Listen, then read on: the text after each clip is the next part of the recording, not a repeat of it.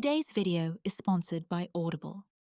If you've ever wanted to experience classic books in a whole new way, now's your chance.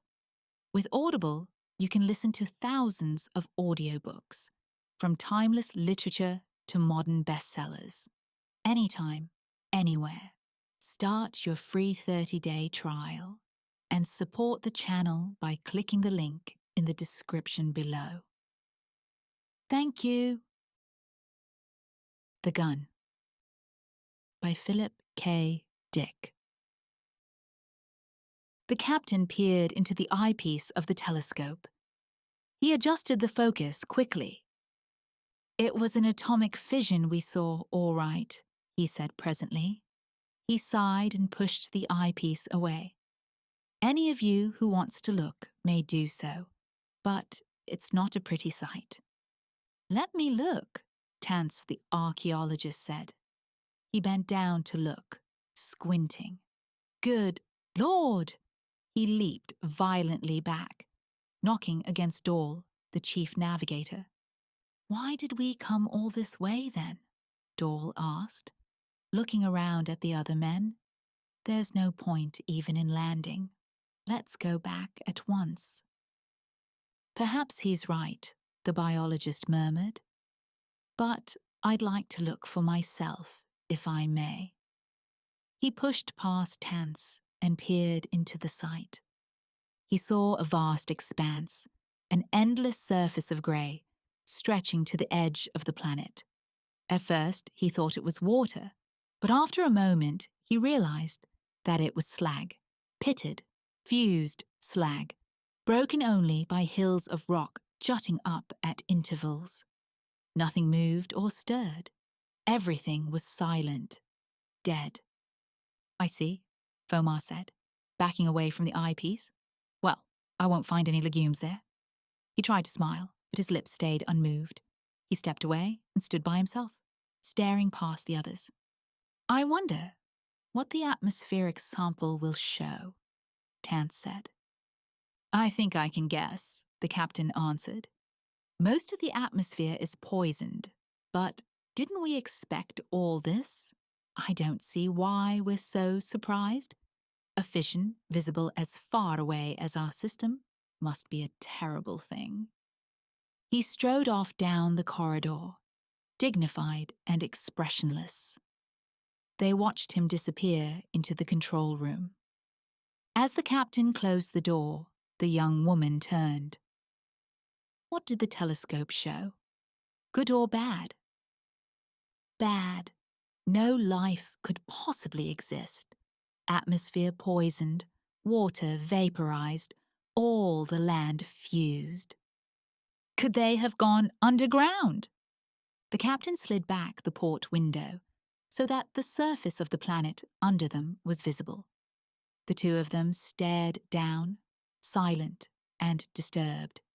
Mile after mile of unbroken ruins stretched out, blackened slag, pitted and scarred, and occasional heaps of rock. Suddenly, Nasha jumped. "Look, over there, at the edge. Do you see it?" They stared. Something rose up, not rock, not an accidental formation. It was round, a circle of dots, white pellets on the dead skin of the planet. A city? Buildings of some kind? "Please turn the ship," Nasha said excitedly. She pushed her dark hair from her face. "Turn the ship and let's see what it is." The ship turned, changing its course. As they came over the white dots, the captain lowered the ship, dropping it down as much as he dared. "Piers," he said, "piers of some sort of stone. Perhaps poured artificial stone, the remains of a city." "Oh dear," Nasha murmured. "How awful." She watched the ruins disappear behind them. In a half circle, the white squares jutted from the slag, chipped and cracked like broken teeth. "There's nothing alive," the captain said at last. "I think we'll go right back. I know most of the crew want to. get the government receiving station on the sender and tell them what we found. And that we... He staggered. The first atomic shell had struck the ship, spinning it around. The captain fell to the floor, crashing into the control table. Papers and instruments rained down on him. As he started to his feet, the second shell struck. The ceiling cracked open. Struts and girders twisted and bent. The ship shuddered, falling suddenly down, then righting itself as automatic controls took over. The captain lay on the floor by the smashed control board. In the corner, Nasha struggled to free herself from the debris. Outside, the men were already sealing the gaping leaks in the side of the ship, through which the precious air was rushing, dissipating into the void beyond. "Help me," Dahl was shouting. "Fire over here!" Wiring ignited. Two men came running. Tance watched helplessly, his eyeglasses broken and bent. "So there is life here, after all," he said, half to himself. "But how could—" "Give us a hand," Fomar said, hurrying past. "Give us a hand.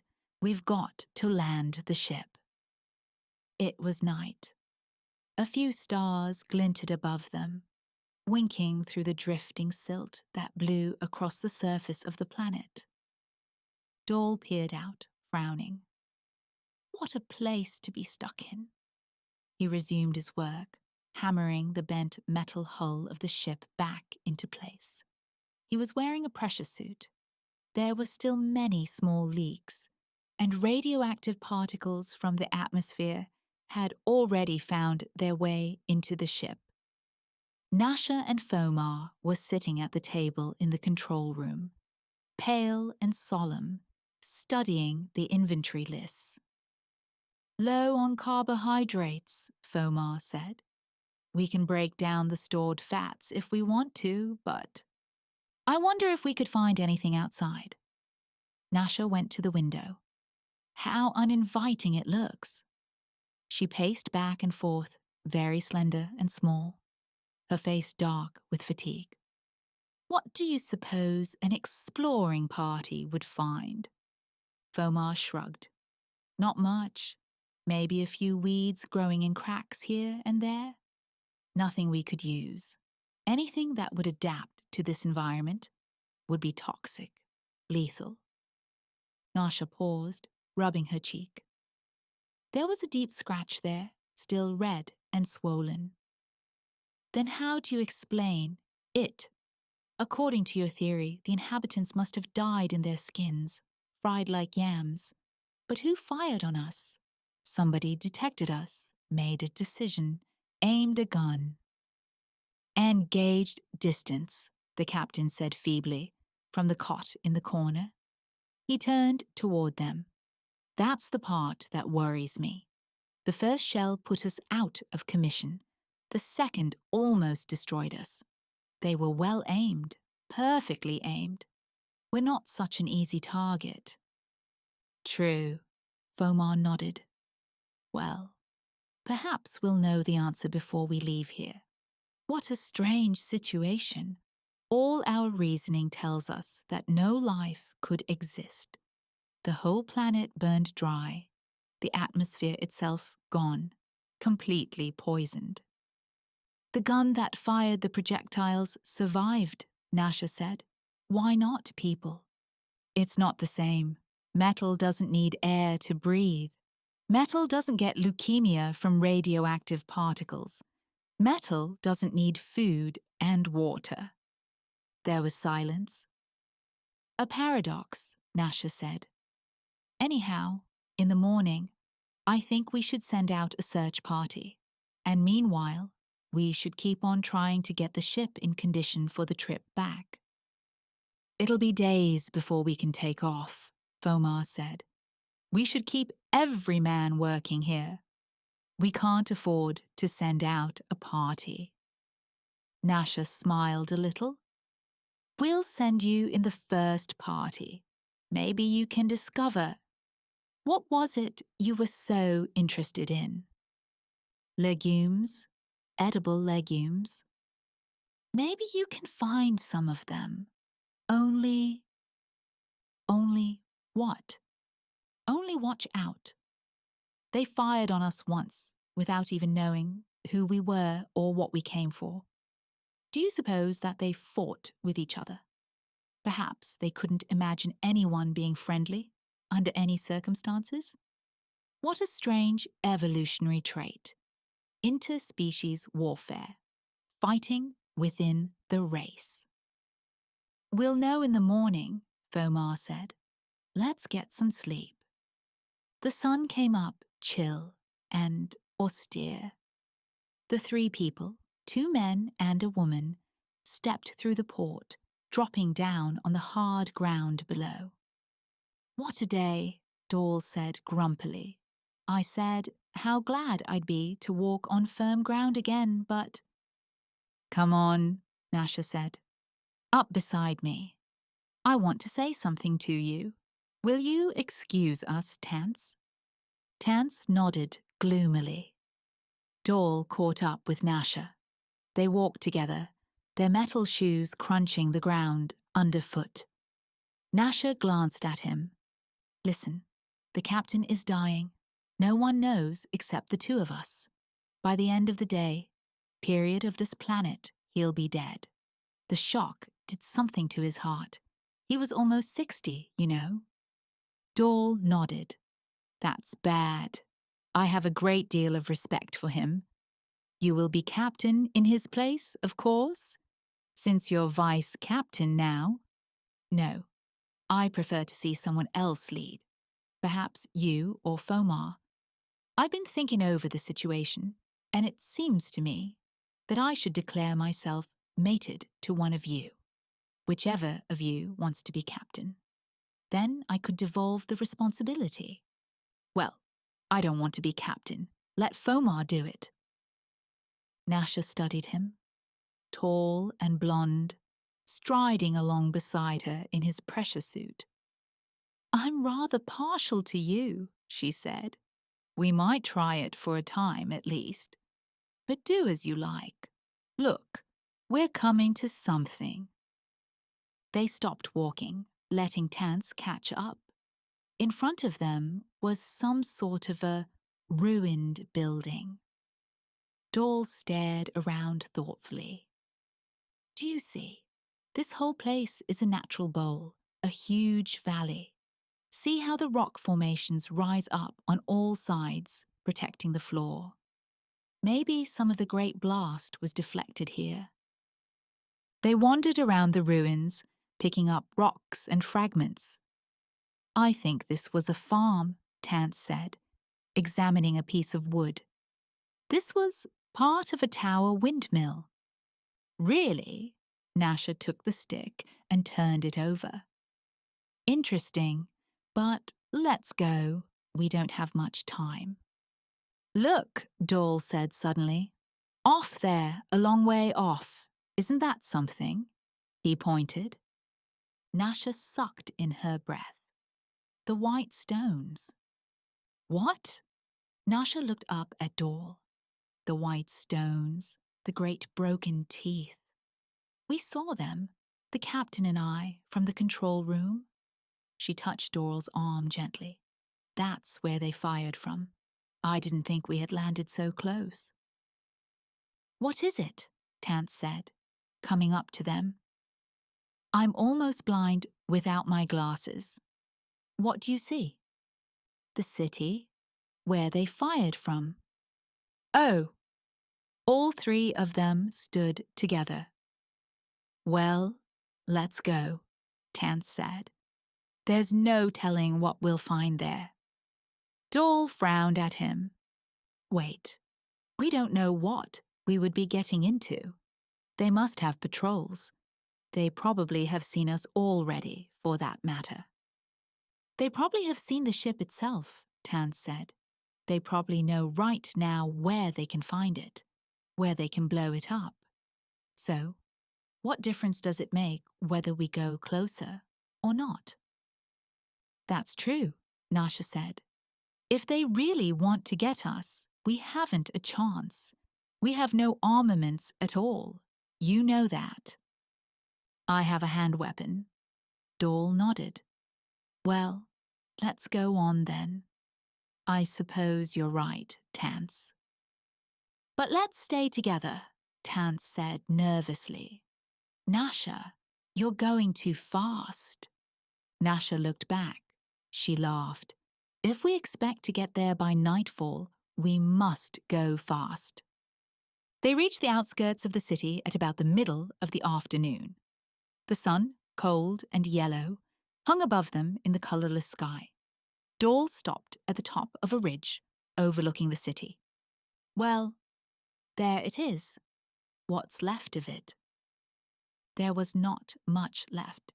The huge concrete piers which they had noticed were not piers at all, but the ruined foundations of buildings.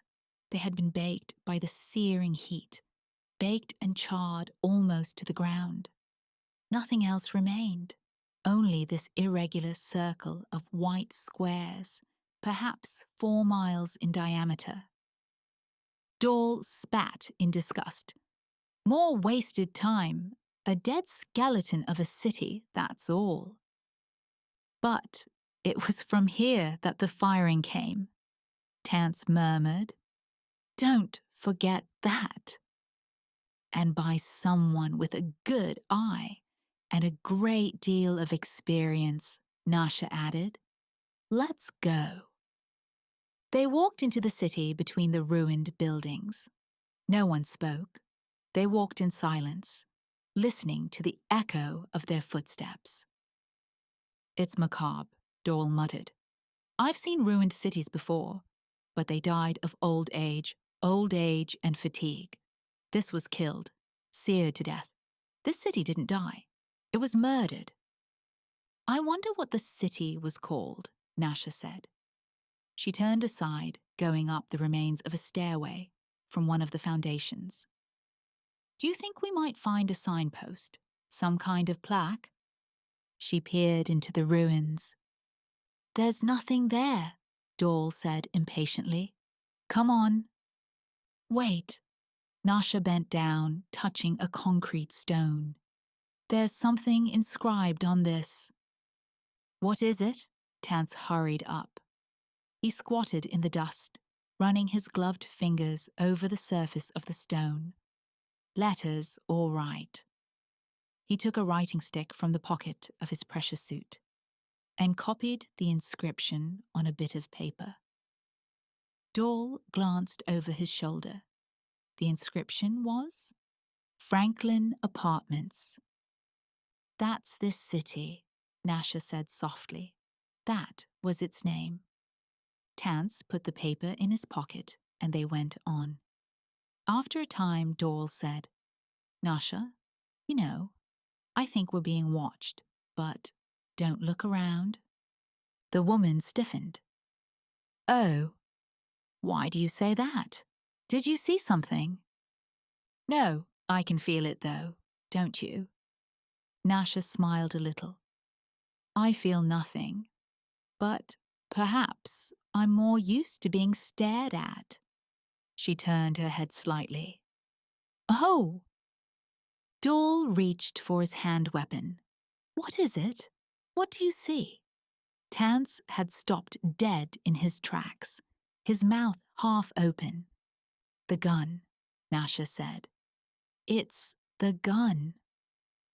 Look at the size of it. The size of the thing. Dole unfastened his hand weapon slowly. That's it, all right. The gun was huge. Stark and immense, it pointed up at the sky, a mass of steel and glass set in a huge slab of concrete. Even as they watched, the gun moved on its swivel base, whirring underneath. A slim vane turned with the wind, a network of rods atop a high pole. It's alive, Nasha whispered.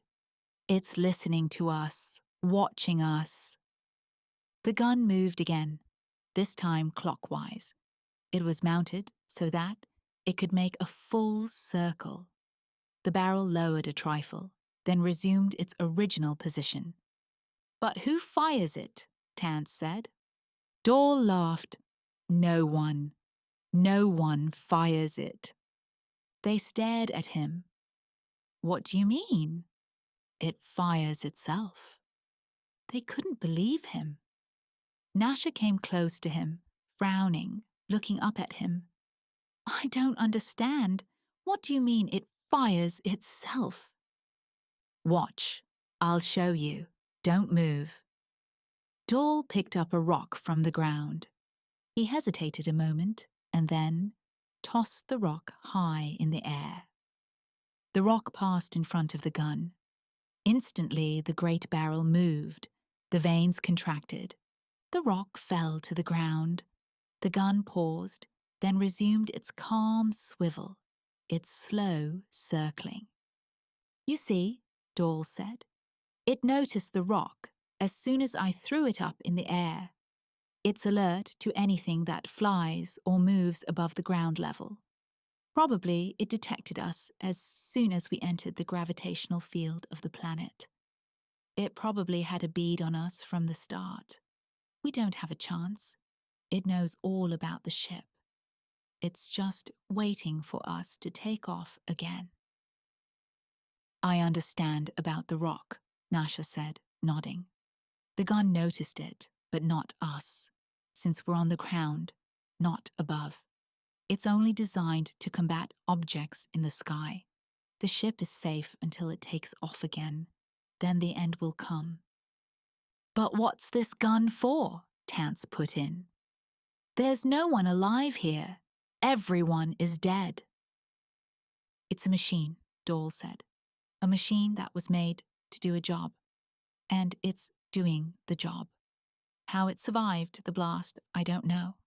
On it goes, waiting for the enemy. Probably they came by air in some sort of projectiles." "The enemy," Nasha said. "Their own race. It is hard to believe that they really bombed themselves, fired at themselves." "Well, it's over with, except right here, where we're standing. This one gun, still alert, ready to kill. It'll go on until it wears out. And by that time, we'll be dead," Nasha said bitterly. "There must have been hundreds of guns like this," Dole murmured. "They must have been used to the sight, guns, weapons, uniforms.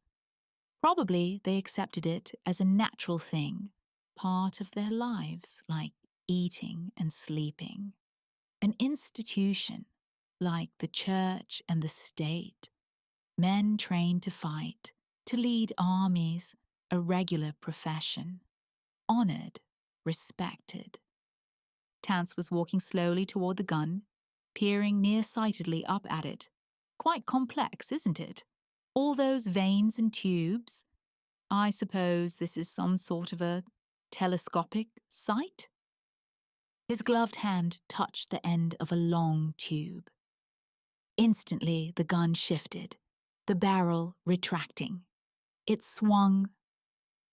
"Don't move!" Dole cried. The barrel swung past them as they stood, rigid and still. For one terrible moment, it hesitated over their heads, clicking and whirring, settling into position. Then the sounds died out, and the gun became silent. Tance smiled foolishly inside his helmet. "I must have put my finger over the lens. I'll be more careful." He made his way up onto the circular slab, stepping gingerly behind the body of the gun. He disappeared from view. "Where did he go?" Nasha said irritably. "He'll get us all killed." "Tance, come back," Dole shouted. "What's the matter with you?" "In a minute." There was a long silence. At last, the archaeologist appeared. "I think I found something. Come up and I'll show you." "What is it?"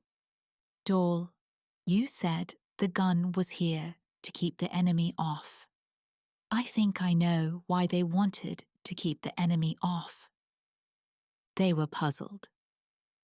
I think I've found what the gun is supposed to guard. Come and give me a hand. All right, Dole said abruptly. Let's go. He seized Nasha's hand. Come on, let's see what he's found. I thought something like this might happen when I saw that the gun was…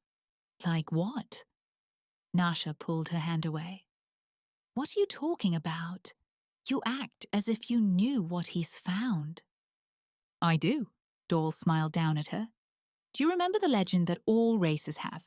The myth of the buried treasure? And the dragon, the serpent that watches it, guards it, keeping everyone away? She nodded. Well, Dole pointed up at the gun. That, he said, is the dragon. Come on.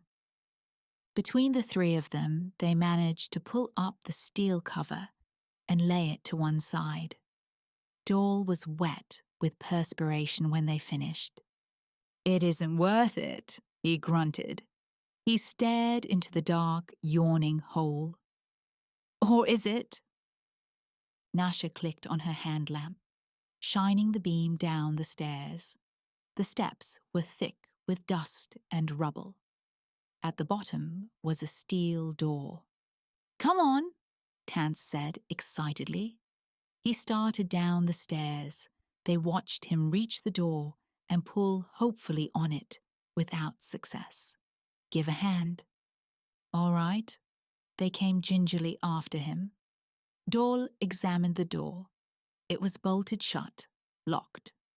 There was an inscription on the door, but he could not read it. Now what? Nasha said. Dole took out his hand weapon. Stand back. I can't think of any other way.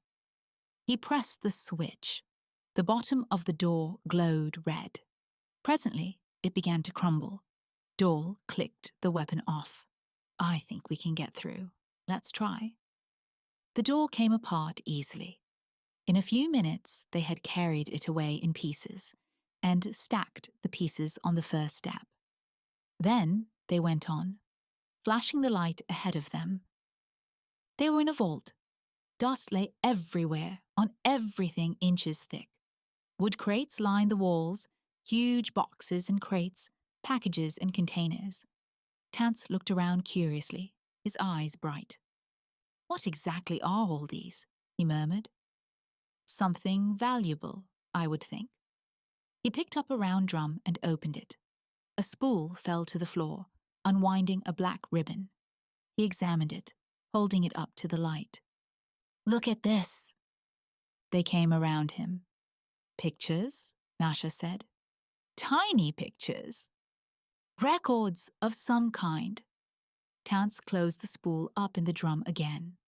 Look, hundreds of drums. He flashed the light around. And those crates. Let's open one. Dole was already prying at the wood. The wood had turned brittle and dry. He managed to pull a section away. It was a picture. A boy in a blue garment, smiling pleasantly, staring ahead, young and handsome. He seemed almost alive, ready to move toward them in the light of the hand lamp. It was one of them. One of the ruined race. The race that had perished. For a long time they stared at the picture. At last, Dole replaced the board. All these other crates, Nasha said. More pictures. And these drums. What are in the boxes? This is their treasure, Tance said, almost to himself. Here are their pictures, their records. Probably all their literature is here, their stories, their myths, their ideas about the universe. And their history, Nasha said. We'll be able to trace their development and find out what it was that made them become what they were. Dole was wandering around the vault. Odd, he murmured. Even at the end, even after they had begun to fight, they still knew, someplace down inside them, that their real treasure was this, their books and pictures, their myths. Even after their big cities and buildings and industries were destroyed, they probably hoped to come back and find this, after everything else was gone. When we get back home, we can agitate for a mission to come here, Tance said. All this can be loaded up and taken back. We'll be leaving about... He stopped. Yes, Dole said dryly. We'll be leaving about 3-day periods from now. We'll fix the ship, then take off. Soon we'll be home, that is, if nothing happens. Like being shot down by that. Oh, stop it, Nasha said impatiently. Leave him alone. He's right. All this must be taken back home sooner or later. We'll have to solve the problem of the gun. We have no choice. Dole nodded. What's your solution then? As soon as we leave the ground, we'll be shot down. His face twisted bitterly. They've guarded their treasure too well. Instead of being preserved, it will lie here until it rots. It serves them right. How? Don't you see? This was the only way they knew. Building a gun and setting it up to shoot anything that came along. They were so certain that everything was hostile, the enemy, coming to take their possessions away from them. Well, they can keep them. Nasha was deep in thought, her mind far away. Suddenly she gasped. Dole, she said, what's the matter with us? We have no problem. The gun is no menace at all. The two men stared at her. No menace, Dole said. It's already shot us down once, and as soon as we take off again... Don't you see? Nasha began to laugh. The poor, foolish gun. It's completely harmless. Even I could deal with it alone. You? Her eyes were flashing. With a crowbar. With a hammer or a stick of wood. Let's go back to the ship and load up. Of course, we're at its mercy in the air. That's the way it was made. It can fire into the sky, shoot down anything that flies. But that's all. Against something on the ground, it has no defenses. Isn't that right? Dole nodded slowly. The soft underbelly of the dragon. In the legend, the dragon's armor doesn't cover its stomach. He began to laugh. That's right. That's perfectly right. Let's go then, Nasha said. Let's get back to the ship. We have work to do here. It was early the next morning when they reached the ship. During the night, the captain had died, and the crew had ignited his body, according to custom. They had stood solemnly around it until the last ember died. As they were going back to their work, the woman and the two men appeared, dirty and tired, still excited. And presently, from the ship, a line of people came, each carrying something in his hands. The line marched across the grey slag, the eternal expanse of fused metal. When they reached the weapon, they all fell on the gun at once, with crowbars, hammers, anything that was heavy and hard. The telescopic sights shattered into bits. The wiring was pulled out, torn to shreds. The delicate gears were smashed, dented. Finally, the warheads themselves were carried off, and the firing pins removed. The gun was smashed, the great weapon destroyed. The people went down into the vault and examined the treasure. With its metal-armored guardian dead, there was no danger any longer. They studied the pictures, the films, the crates of books, the jeweled crowns, the cups, the statues. At last, as the sun was dipping into the grey mists that drifted across the planet, they came back up the stairs again. For a moment, they stood around the wrecked gun, looking at the unmoving outline of it. Then they started back to the ship. There was still much work to be done. The ship had been badly hurt. Much had been damaged and lost. The important thing was to repair it as quickly as possible, to get it into the air. With all of them working together, it took just 5 more days to make it space-worthy. Nasha stood in the control room, watching the planet fall away behind them. She folded her arms, sitting down on the edge of the table. "What are you thinking?" Dawes said. Nothing. Are you sure? I was thinking that there must have been a time when this planet was quite different, when there was life on it. I suppose there was. It's unfortunate that no ships from our system came this far, but then we had no reason to suspect intelligent life until we saw the fission glow in the sky. And then it was too late. Not quite too late. After all, their possessions, their music, books, their pictures, all of that will survive. We'll take them home and study them, and they'll change us.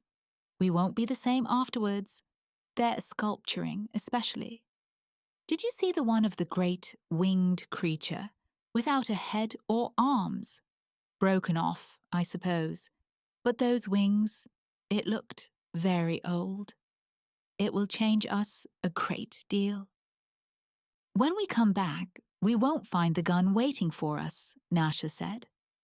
Next time, it won't be there to shoot us down. We can land and take the treasure, as you call it. She smiled up at Dawes. You'll lead us back there, as a good captain should. Captain? Dawes grinned. Then you've decided. Nasha shrugged. Fomar argues with me too much. I think, all in all, I really prefer you. Then let's go, Dawes said. Let's go back home. The ship roared up, flying over the ruins of the city. It turned in a huge arc and then shot off beyond the horizon, heading into outer space. Down below, in the center of the ruined city, a single half-broken detector vane moved slightly, catching the roar of the ship. The base of the great gun throbbed painfully, straining to turn. After a moment, a red warning light flashed on down inside its destroyed works.